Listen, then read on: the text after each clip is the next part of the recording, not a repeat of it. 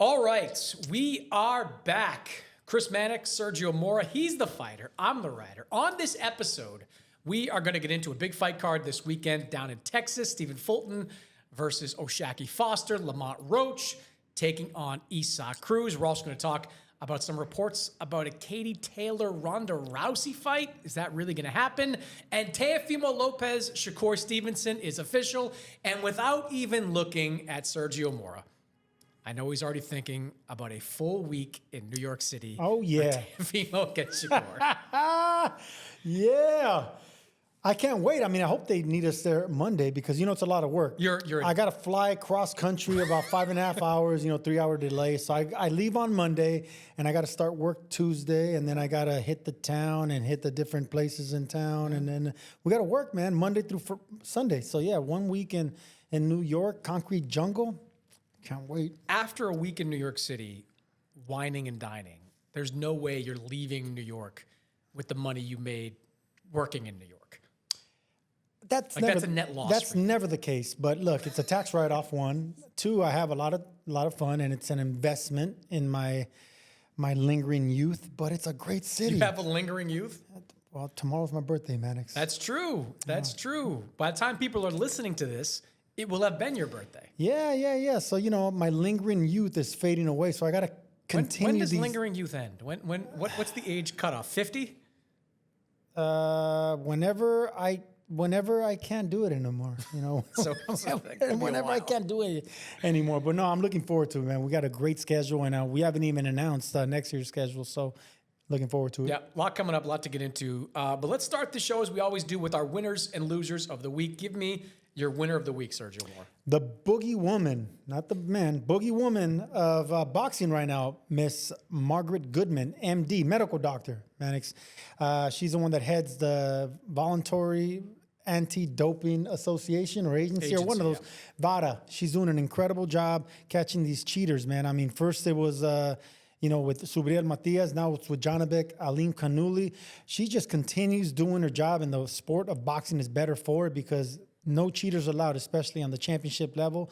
So Dr. Margaret Goodman, keep doing the great work. Yeah, we're going to talk about Janabek, and we're going to talk about Subriel Matias, but you're right. It is great having a testing agency that catches people. Like, if you're doing something dirty, pretty good chance that VADA is going to catch you.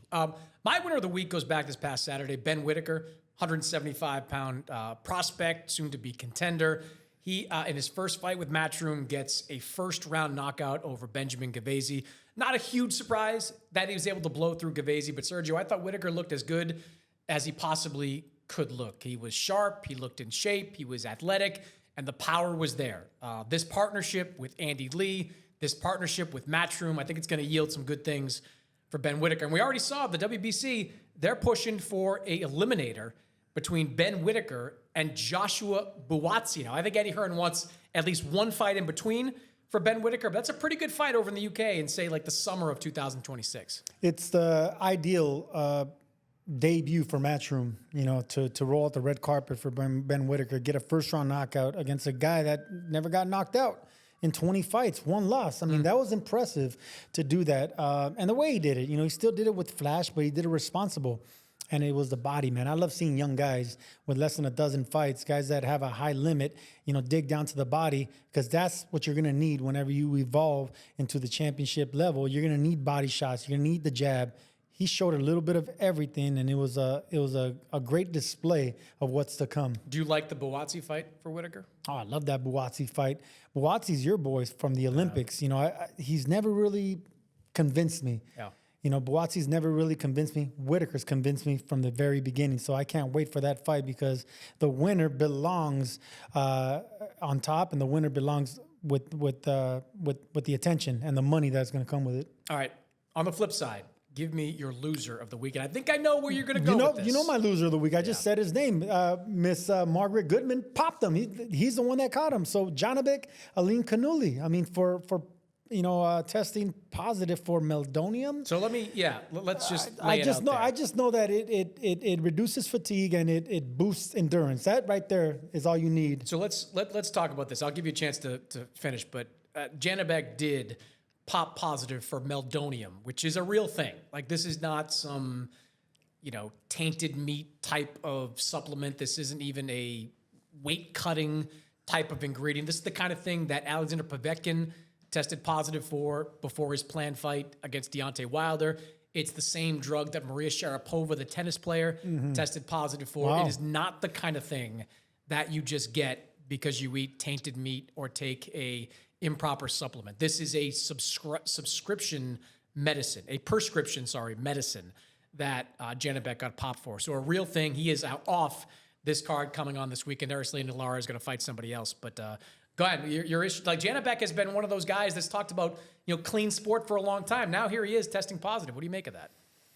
There's no excuses for it. There's absolutely no excuses for it. I mean, look, this is a guy that's a unified champion. He's been begging for the big fights. He's been asking for the big names, the championship level names. And what does he do? I mean, the worst thing you could probably be in this sport is a cheater and cutting corners and trying to get an advantage in a dangerous sport. And I mean, I hate to just call him a cheater right off the bat because, it's innocent until proven guilty. But come on, man, if you're going to be failing the strictest test in boxing is VADA. They're the ones that actually catch cheaters. They're the ones that really, if you're cheating, if you're cycling or you're trying to off cycle, they're going to catch you. They're going to pop you because it's 24/7. They're always surprising you. And I'm glad they caught them. And I'm glad they continue catching these fighters because I don't care if they have a nanogram or whatever it is, barely in your system. That means it's in your system and you cheated sometime in that camp and you try to cycle off. So Margaret Goodman was my winner of the week. My loser is Janibek for blowing it, because he was right there to unify and become the boogeyman and continue being the boogeyman at middleweight. Now he just regressed and went backwards with this cheating scarlet letter that he has on his chest now. Does it surprise you? I mean, the arrogance it has to take to consume something like meldonium and not expect to get caught. Now, maybe he's been doing it for a while and hasn't gotten caught. I'm always of the belief, Sergio, that the first time somebody gets caught doing something is not the first time that they've done it. It's like drunk driving. Like the first time you get pulled over for DUI is not the first time you drove drunk. So maybe he's been getting away with it. Maybe all these guys have been getting away with it for a while, and now they just keep getting caught. It just takes a lot of arrogance, I think, to take something like that, sign up for something like VADA, which is the strictest drug testing that's out there right now, and be surprised when you get caught and test positive. Not only arrogance, but the insecurity of a 32-year-old champion having to having to take this shortcut, having to cheat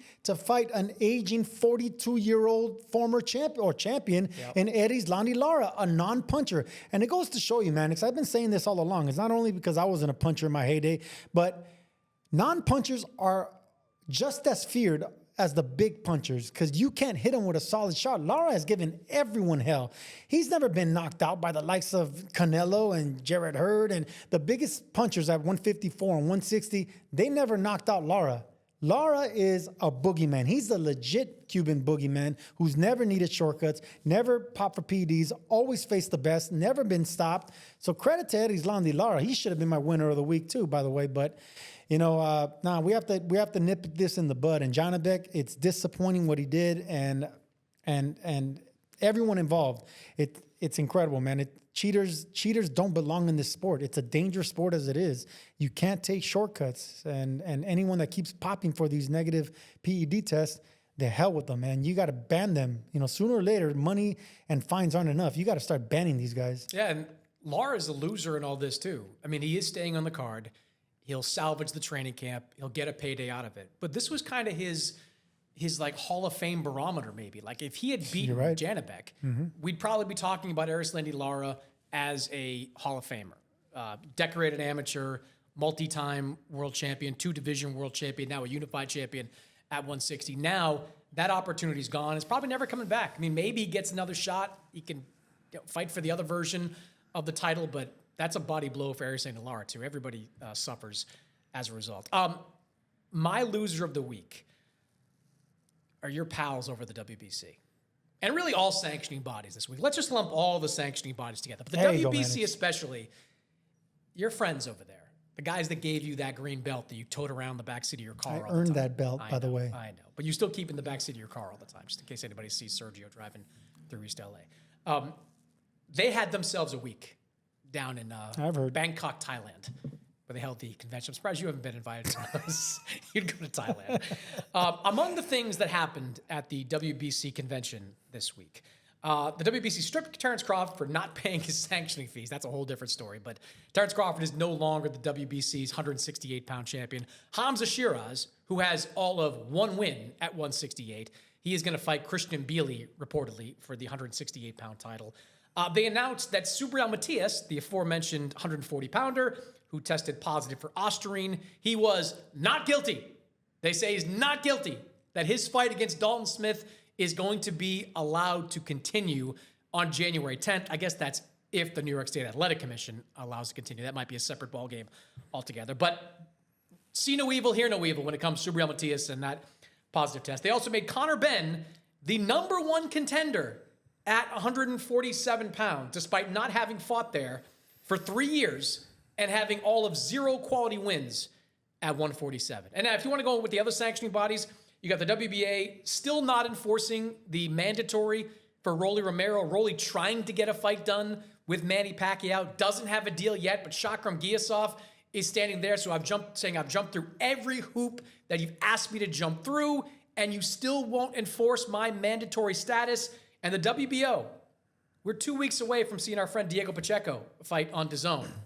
Diego Pacheco should be the number one contender for the WBO title. Instead, he got leapfrogged a couple of months ago by Terrence Crawford, whatever, and Hamza Shiraz, who was so grateful to the WBO that he said, take your rating and stuff it. I'm going to fight for a WBC title. So I think it's not been a great stretch for sanctioning bodies, and it's been a particularly bad week for the WBC.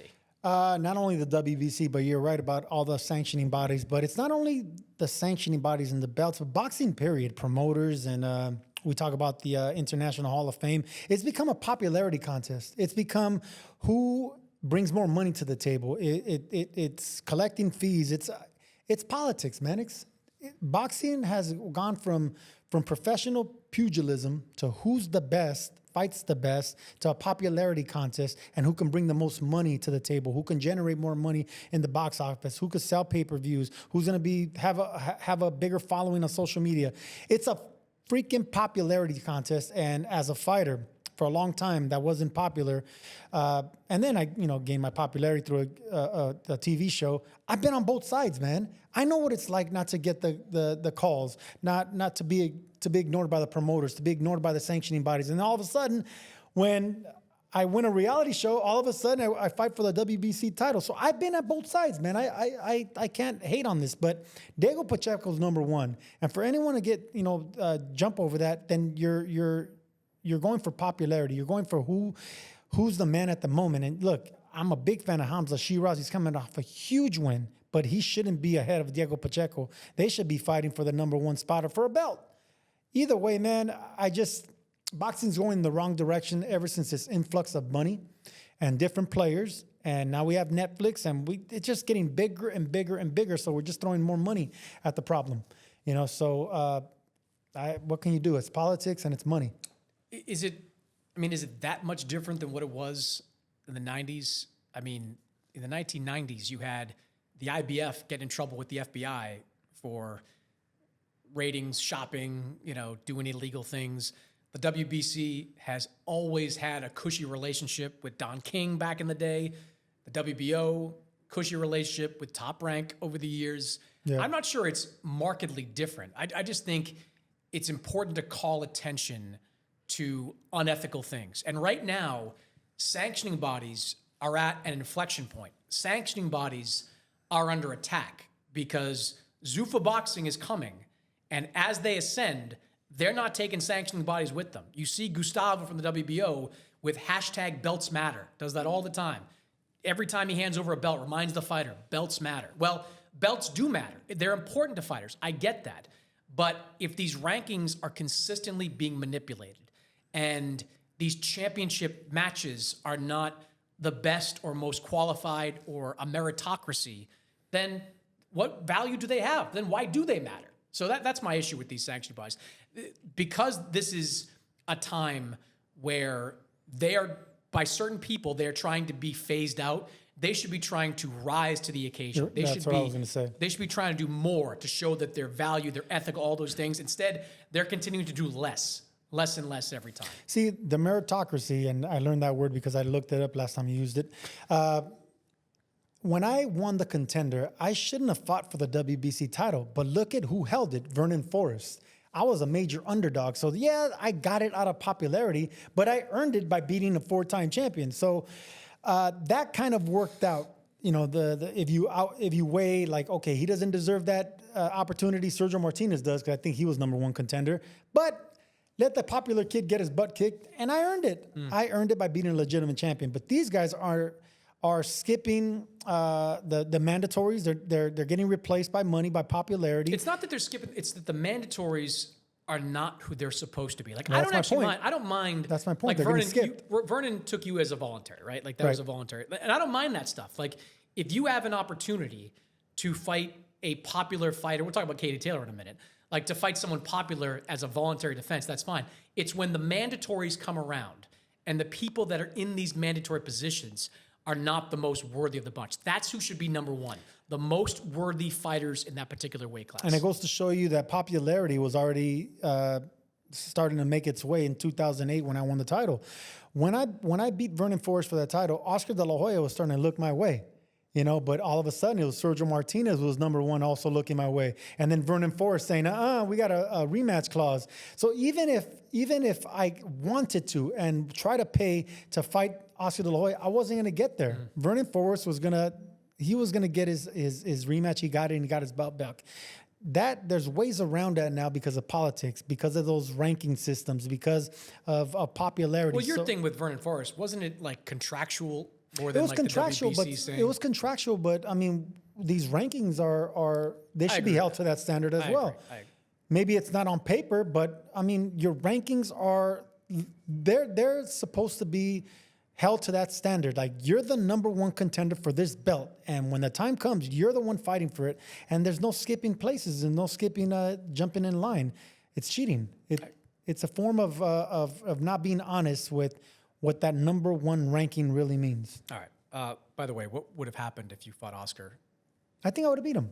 Yeah. I think I would have beat him. I mean, he was at the end of his career.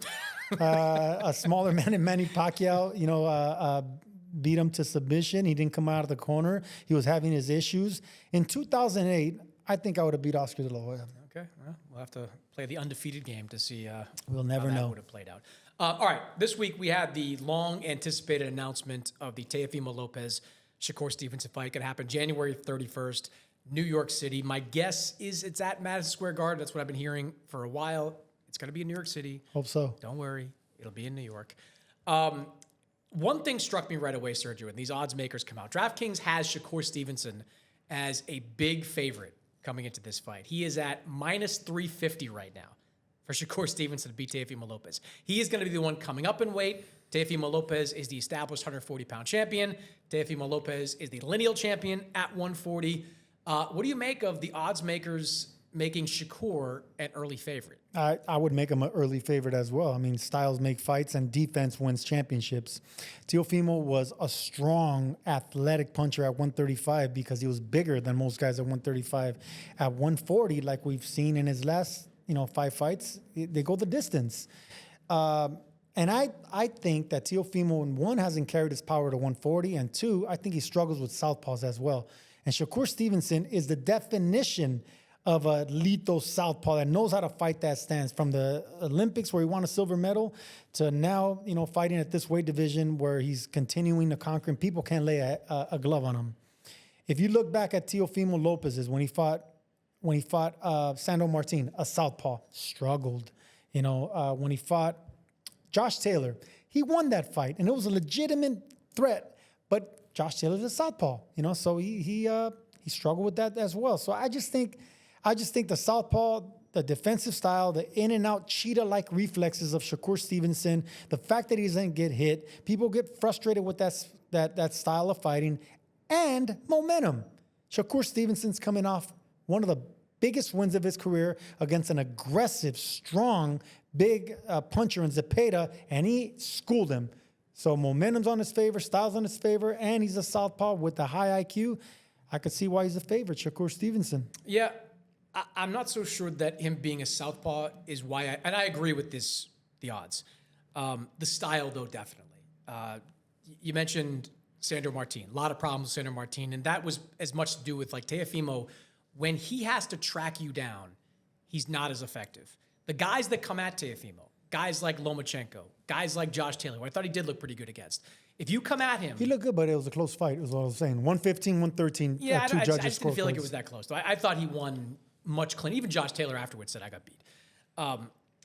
When you fight a more defensive style, it's difficult for Teofimo. Sandro Martin fought it. Jermaine Ortiz fought it when he fought him a couple of years ago. I actually thought that Arnold Barboza did himself a disservice by being as aggressive as he was. I thought if Barboza fought Teofimo the way he fought Jose Ramirez, he would have given himself a better chance to win. I didn't like that he was coming forward as much as he did in that fight because Teofimo, he's a counterpuncher. He doesn't like to chase you down. He wants you to come to him. I know we saw a more aggressive version, a more physical version of Shakur Stevenson last time out, but we know that's not him. Like, he's not going to fight Teofimo Lopez the way that he fought William Zepeda. He is going to be the classic Shakur Stevenson. Hit and don't get hit, fight in the pocket, but get out of range. I think he's going to be really frustrating for Teofimo. I think Teofimo is going to have to go deep into his bag to find ways to track down and land punches on Shakur Stevenson. I've seen Teofimo frustrated before, and you're after right. the Martin fight, remember he said, "Do I still got it?" Yeah, said no, that after the Martin fight. Yeah, and when you start questioning yourself like that, especially out loud, a piece of you as a fighter is already out there in the ether. You know, it's already out there. You let it go. You know, people already seen that little chink in your armor.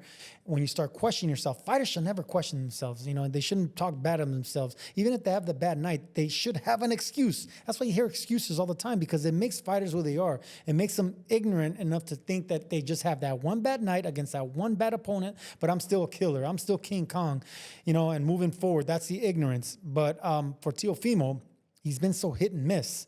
He was a puncher at 135. He was beautiful to watch at lightweight, but at 140, he's been hit and miss.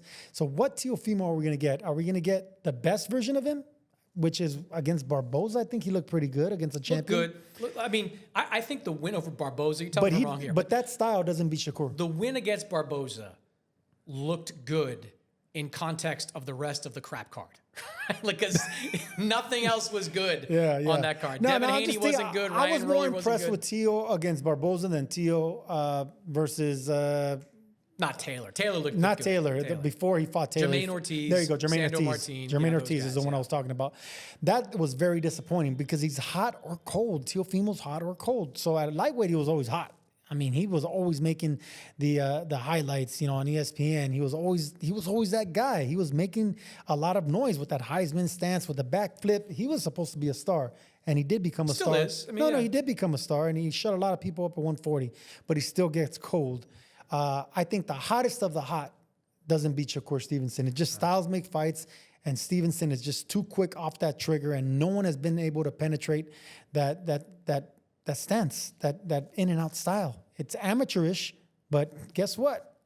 You can't get past it. So if it ain't broke, don't fix it if you're Shakur. All right, so let's talk about another fight that we hope is going to happen in 2026, and that is Boots Ennis against Vergil Ortiz. It was just about a month ago, Sergio. We were in Texas.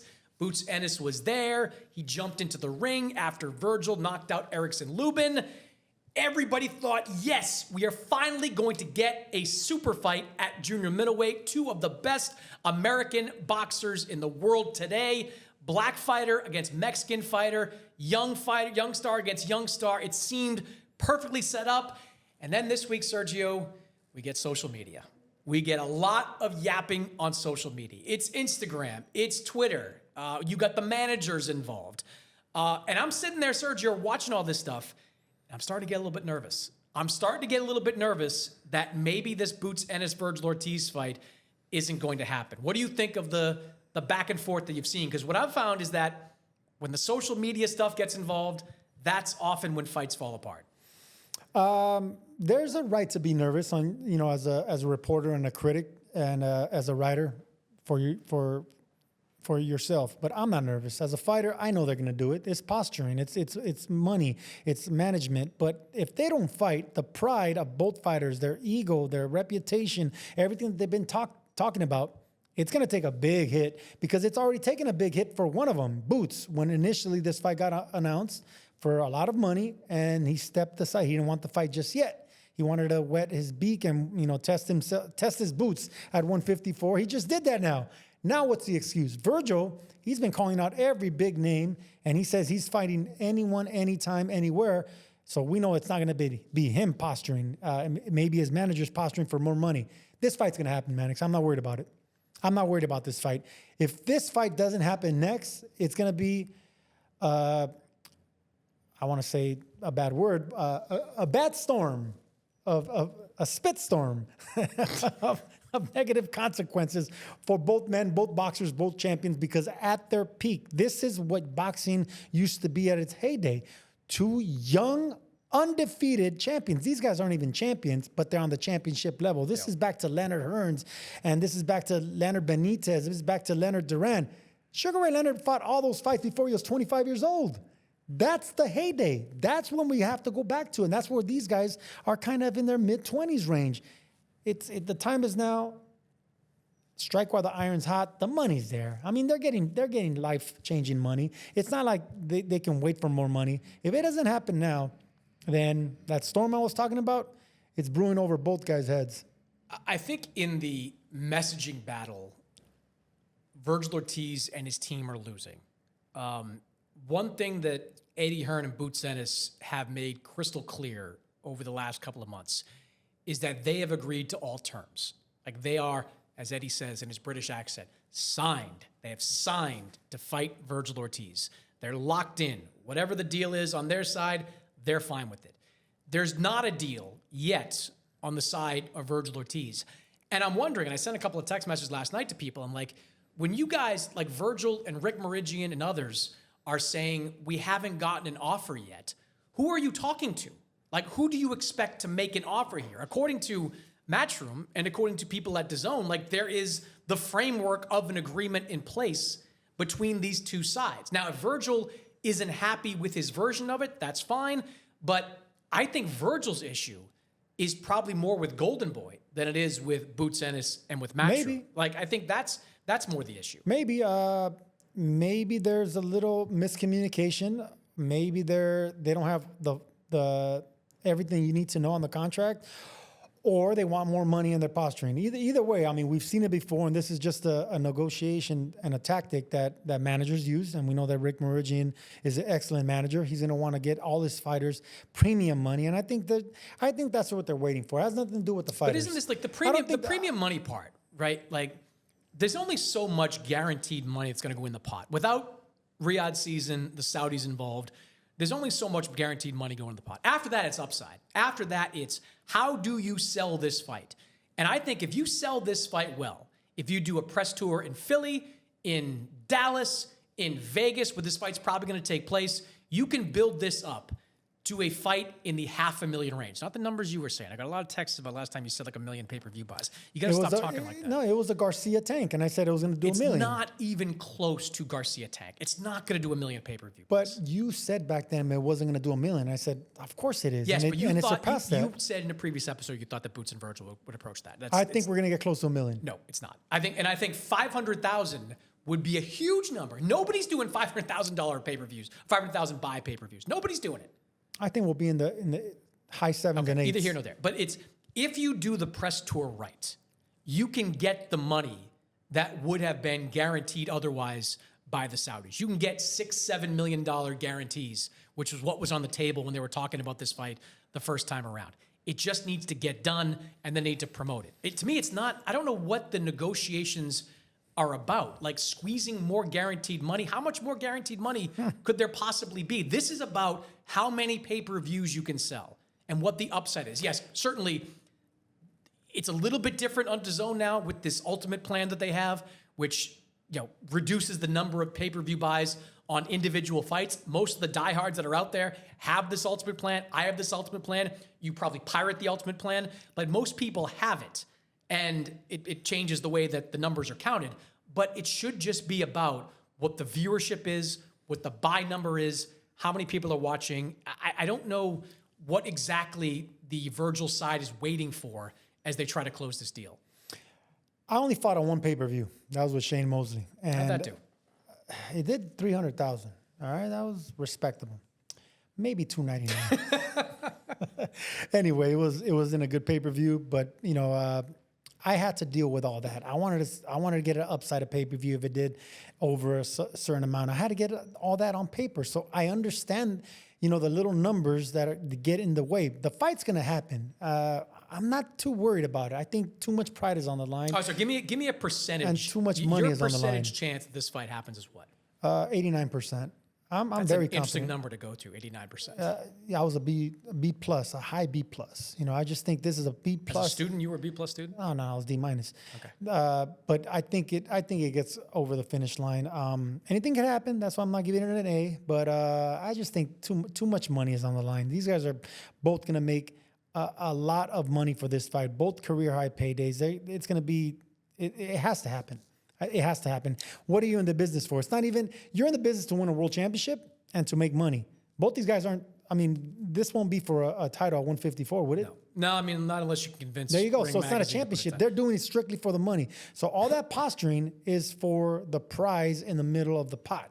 And they're trying to squeeze out more prize out of that pot. But there's already a lot of money in there. So stop being greedy, make the fight happen, and do it for the fans. Do it for the legacy. Do it for the sanctity of the sport. Do it for all the things and all the great things in your life that you want accomplished just with that one fight. It's incredible. You can check all those boxes, just sign on the dotted line. That one fight and maybe the second fight and maybe the third fight.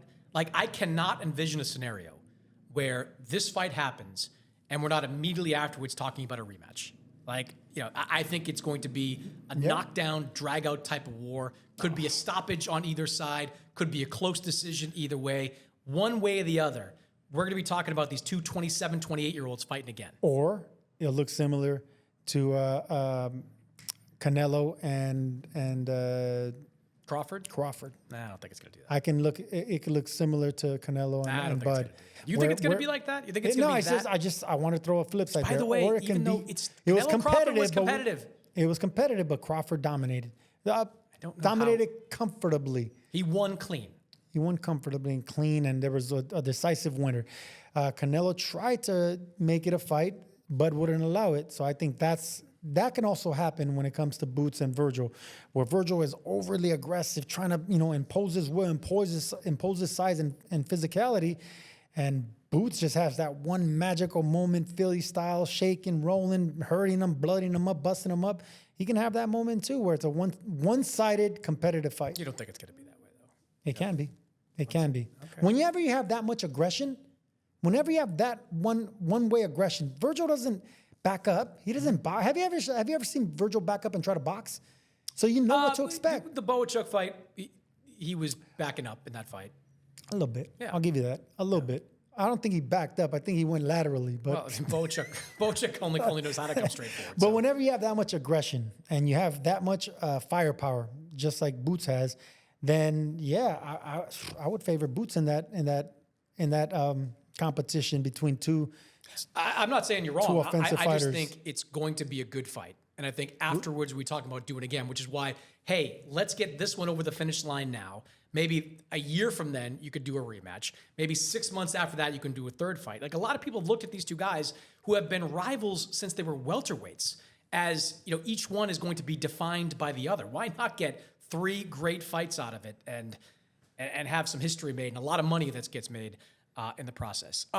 Speaking of a lot of money, it was about a month ago, Sergio, we were in Texas. Did you bring my money? What money? I was just talking to you all about I'm owed a lot of money. I don't owe you the money, though. Your agent owes me a lot My of agent money. is your agent. Yeah, well, our agent owes me money. Why do we do this? Why do we do this? Let's get. All right, We're getting off track. A little over a month ago, we were in Texas when the rumors first started about a Katie Taylor-Ronda Rousey fight. Katie Taylor, of course, the unified 140-pound champion, #1 pound for pound in women's boxing. Ronda Rousey has not competed in MMA for about 8, 9 years, has never fought on the boxing level, but is interested, reportedly, in getting back in the game, but interested in a fight against Katie Taylor. Katie Taylor, also over in Thailand, seemed to confirm that these talks were taking place. You are shaking your head, Sergio Mora. Are you? How do you feel about the possibility of a Taylor versus Rousey fight? How do I feel about the fight? I shake my head because there'll be a one-sided beatdown. It would be an embarrassment of the highest proportion between a highly skilled boxer, one of the greatest, if not the greatest, arguably the greatest female fighter in boxing, against a MMA fighter that's a jiu-jitsu specialist. If you're not on the floor, she can't fight. There was a video circulating of her shadow boxing. I've seen you shadow box better than Ronda Rousey. It was terrible. She looked like a robot. She looked worse than a robot. Nowadays with AI, you can program a robot to look pretty good. She was terrible. Elbows out, chin up in the air, no speed, no. It's gonna be a grand failure for boxing, but it won't be a grand failure for Katie Taylor. And if anybody deserves to throw a golden bone to someone like Katie Taylor, it's her. Just like Floyd Mayweather got Conor McGregor, just like Anthony Joshua got Francis Ngannou, it'll be easy money, big money for an easy night inside that squared circle, because there was only going to be one boxer in that equation, and that one boxer is a great boxer in a one-sided beatdown where she can make even more money against a well-respected MMA fighter in Ronda Rousey, but she will get embarrassed by the great Katie Taylor. So I'm all for it, just because I love the story of Katie Taylor, who's given us so many wars, not once, not twice, but against Amanda Serrano 3 times, Delphine Persoon, Chantel Cameron. She continues to go, fight the same fighters because she has nowhere else to go. So if she can make easy money to fight a non-fighter, go ahead, girl, get your money. Katie Taylor has the best resume in women's boxing. I agree. Unquestionably.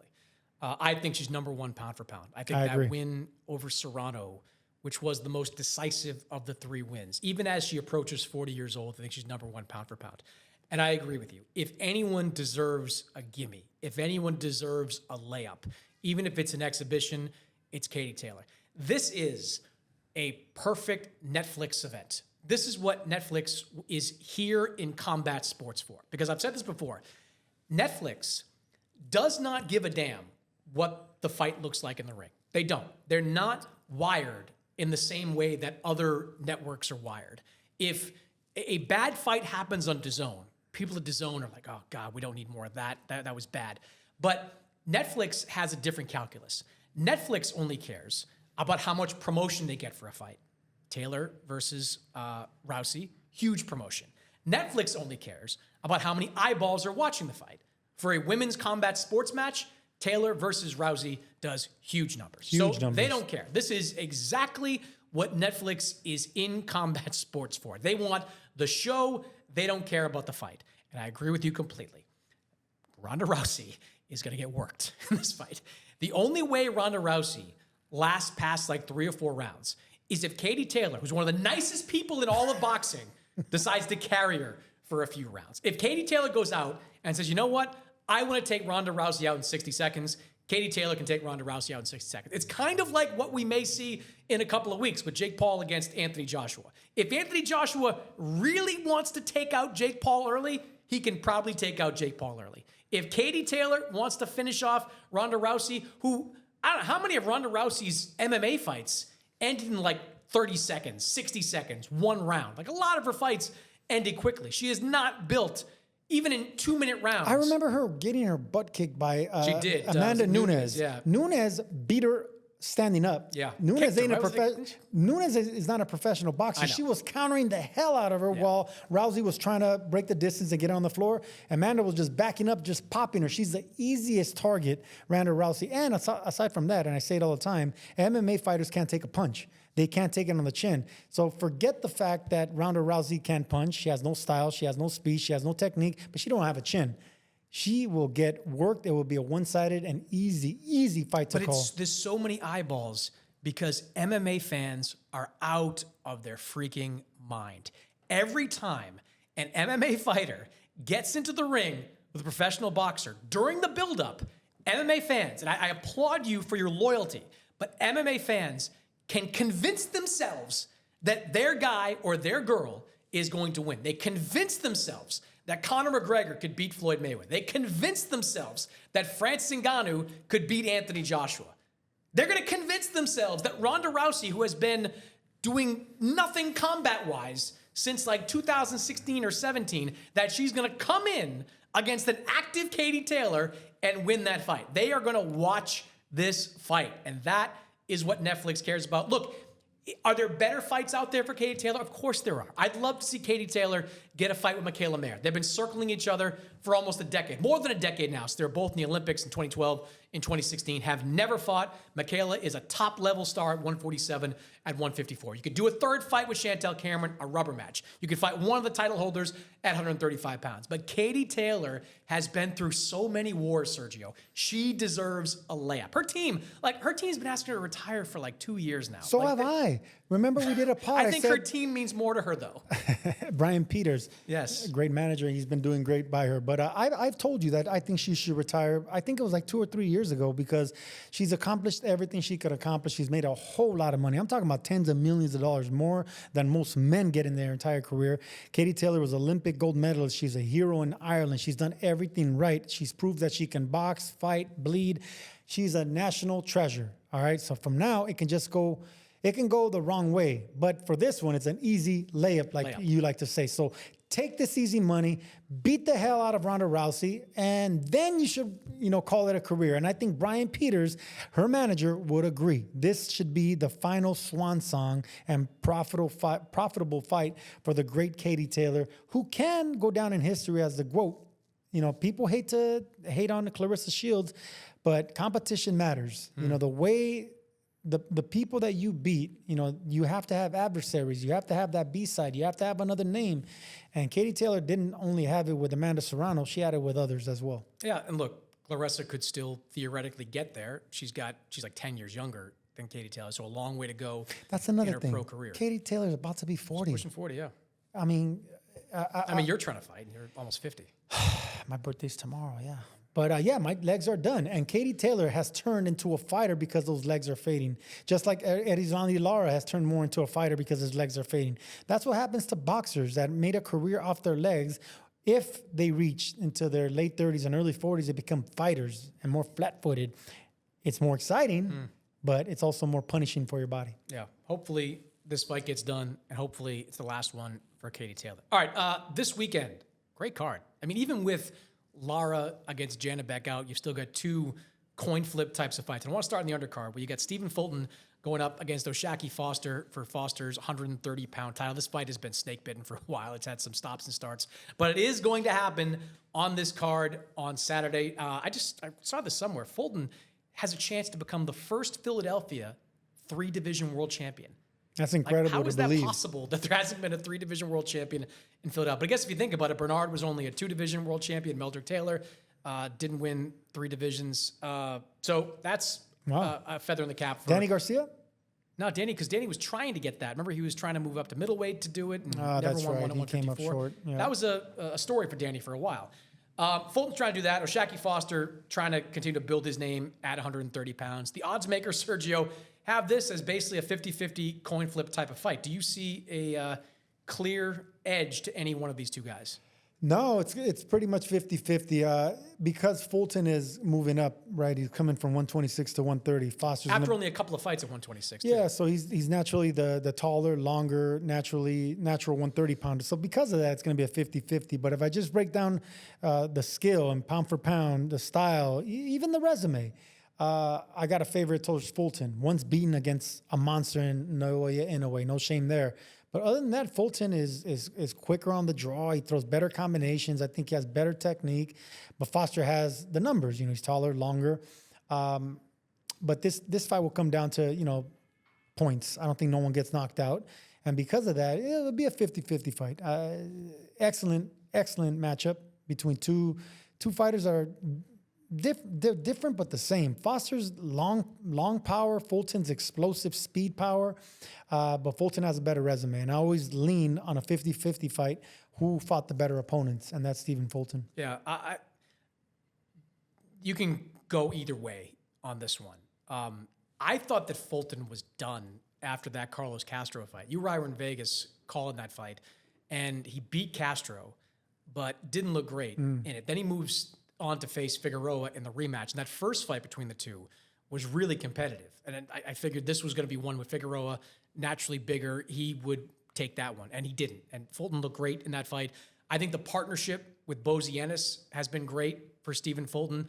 We've seen with Bozy, aggression. He wants you coming forward. He wants you throwing punches. Jack Catterall picked up a win his last time out.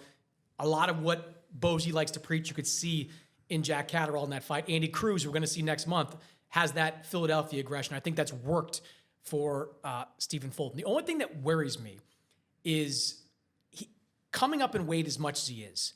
He's gotten hit in some recent fights. Some of the numbers from the Figueroa fight. Figueroa landed 106 power punches on Fulton in that fight. Figueroa's a buzzsaw. He's one way. Okay, but like, if you're getting hit by power punches by a 126-pounder like Figueroa, what about the power of Foster? Like, that's Foster's game, right? Like, I think in a boxing match, Fulton's got him. Like, I think we've done some Foster fights. I've watched a bunch of them. He has these lulls out there where he kind of stops and waits and kind of admires his work, and that gives opponents opportunities to score on him. That's why he's been down in some of these fights that he's won. He was down against Rocky Hernandez when he came won the 12th. He was neck and neck against Abraham Nova when he came back to win that fight. He was down against Conceição. That's why he lost that fight the first time around. I think in a boxing match, Fulton's got it. But if he gets in there and starts trading with Foster, Foster's the heavier-handed guy. Foster's the guy with the knockout power. That's my thing. If Fulton boxes him, I think he wins 8-4. I do. But if it becomes kind of like a brawl, that's where I get worried about fighting O'Shaquie Foster. If Foster was a better body puncher, I would probably favor him in this fight and favor his height and his length and his experience. He's a really good fighter, hell of a fighter, championship level fighter. Stephen Fulton's just more polished, and I think he knows how to go down to the body a little bit better. He puts the right combinations together for a certain opponent. Foster actually fights the pretty much exact same way for every opponent. That's why he's lost, 3 times before. Close losses, but still, people have figured him out. And I think that's going to be the difference here. Fulton is easier at figuring out the opponent in front of him. Foster has already been victim of that, and he doesn't throw enough body shots for a shorter fighter. Yeah. Foster also has this long reach. You mentioned the length, 72-inch reach. No, and if he knew how to use that from the outside and the inside, he could jab and shoulder roll his way to a win. Yeah, because the lack of body shots that he throws, he doesn't know how to fight the shoulder fighters aggressively on the inside. If he had that extra gear where he can give up his height and be an excellent inside fighter, then I would favor him. But I haven't seen that. Especially against high-end competition like Fulton. So you like Fulton by decision? I like Fulton decision, yeah. I like the same. Comfortable. Yeah, so do I. I think it'd be like 8-4 Fulton in this one. Last one, Lamont Roach moving up to 140 pounds. We all know what happened with Lamont over the last few months, scheduled to fight a rematch against Gervonta Davis. That falls apart. He still has the belt at 130. I don't know why. But he's still the 130-pound champion, moving up to 140 to fight Isaac Cruz. Isaac Cruz is only 27 years old. Like, doesn't it feel like Isaac Cruz should be like 33? Like, he feels like he's been around for a while and been in big fights for a while. Yeah, but he's aging in pitbull years. He is aging in pitbull years. That's right. This is interesting. Like, we know how Isaac Cruz is going to fight. We know how Lamont Roach likes to fight. Which style do you favor in this fight? If Lamont Roach wasn't coming off that fight with Tank, who's the same height as Pitbull, I think Tank's 5'5", Pitbull's 5'4", then I would actually favor Pitbull in an aggressive, ugly, mauling type fight. That's what he specializes in. He takes a big shot, never been stopped, never really seen him being hurt. So I would have favored Pitbull because of the experience, the chin, and the aggression. But because Lamont Roach had that incredible camp, motivated, I think got robbed against Tank Davis. He has a lot to prove. The momentum going his way. He went from one great camp, a little time off. I'm pretty sure he's going to go into this straight camp. And that experience against an aggressive short fighter is going to pay dividends. I think he has not an easy time, a very comfortable night with an aggressive style of Pitbull Cruz, and maybe even stops him. Because when Pitbull fought a couple fights ago, he fought that experienced Mexican kid. Rayo Valenzuela. No, not him. He lost that fight. His name is escaping me, but it'll come to me. He hurt him. You know, he was able to hurt Angel Fierro. Angel Fierro. There you go. Fierro caught him in between shots. That's the thing about Pitbull. You know, he has good technique. He keeps his chin down and he has a hard head. But whenever he's punching really hard, there's little spots where you can actually punch with him. It's dangerous to do, and I wouldn't recommend anyone doing it for too long. But he can get hurt doing that because he punches with everything. He doesn't hold anything back. Pitbull is one gear. Everything is hard, punching hard, everything. I must break you down. If you can punch in between that, then you can hurt him. You use his own aggression to actually hurt him. So I can see Lamont Roach doing that because Roach did that with Tank. Not only did he outbox him, but he outfought Tank. And Tank is one of the biggest punchers in boxing. And Pitbull Cruz isn't as big of a puncher as Tank. So, yeah, I could see Roach dominating, maybe even a late round stoppage. Yeah, and Pitbull has power, but 4 of his last 5 fights have gone to a decision. The only knockout he has during that stretch was against Rolly Romero, who we know is a bit chinny. So is Pitbull's power maybe a bit overrated at 140 pounds? I don't think he's ever had power. I just think he's a mauler. Yeah. He breaks you down. He's like a Ken Norton type. He's just always going to be in front of you, always going to be hitting something. He breaks you down. But if he hits you kind of Maidana-esque. I'm sorry? Maidana-esque. Yeah, Marcos Maidana. He's just, he's a grinder. He's a grinder, a brawler with good technique and a good chin and a big hard head. Do you think that Lamont can stay in the pocket as much? Lamont's a pocket fighter. Oh, absolutely. Like Rayo Valenzuela, when he beat him, he was on the move a lot, and he was brilliant. He fought an absolute outstanding fight that night, but he moved a lot. Even Gervonta moved a lot in his fight against Pitbull. Like, that's not Lamont Roach's game. Lamont Roach is an incredibly technical guy. He's going to want to stand there and try to, to your point, punch in between the shots with Pitbull. Do you think he has? Think that that technique, that strategy is the right way to go? I remember when Golden Boy signed Lamont Roach. I could see what they were looking at. I could see why they signed him. Lamont Roach is a pretty much a complete fighter, and it's sad to say that he hasn't really peaked and got the biggest paydays because I watch his fights. I called his fights. He has pretty much everything. He could take a punch. He's not a hard puncher, but he has a high knockout. He has a pretty good knockout ratio. He has great technique, excellent body puncher, puts his combinations together with fluidity, has an amateur experience. He has everything. He's a complete fighter, Lamont Roach. He just never got his due. His due should have been against Tank Davis, and he got robbed for it. He did get robbed, yes. So that spite, that eagerness to please, that fact that he has a chip on his shoulder, I think is going to transfer over to Pitbull, and Pitbull's going to pay for it. So you think Roach by decision or Roach by knockout? I think earlier I said Roach by knockout because it's Pitbull only fights in one gear. I never seen him move his head. He always shells up. Roach is the type of guy that's going to penetrate that guard. I'll go as far as to say Roach by stoppage. Okay. I like him by decision, and I think it's another one that could wind up being fairly wide too, like a clean decision. At 140, I mean, Roach wasn't powerful at 130. He wasn't powerful at 135. No, he wasn't powerful, but I just made a case of why you can get power against an aggressive guy. Yeah, oh, no doubt. No doubt. Because they're helping you with that momentum. They're helping you with that offense. So you're meeting them halfway. You don't have to be a big puncher, to actually hurt them. Think of me and Daniel Jacobs. Jacobs was a huge puncher. I put him on his backside because he was that aggressive coming at me. So I could see that happening in this instance. I think about you and Daniel Jacobs all the time. I watch that fight every night. If I would have actually just thrown caution to the wind, I had him hurt in that first round. That rematch would have been 7 figures, man. I wish I would have thrown caution to the wind and ignored my instinct and my inner innate boxer in me and been like, man, let's just go for the knockout. But the sissy in me refused.